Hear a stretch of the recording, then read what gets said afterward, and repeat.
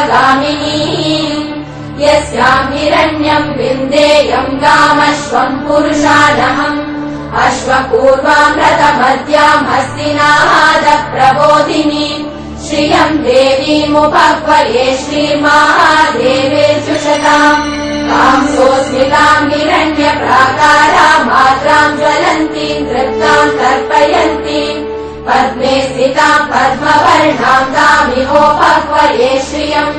चन्द्राम् प्रभासाम् यशसा ज्वलन्तीम् श्रियम् लोके देवजुष्टामुदाराम् ताम् पद्मिनीम् शरणमहम् प्रपद्ये लक्ष्मीम् मे नश्यताम् त्वाम् वृणे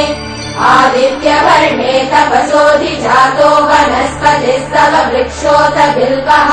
तस्य फलाहारि तपसानुदन्तु मायान्तरायाश्च बाल्या अलक्ष्मीः उपैतु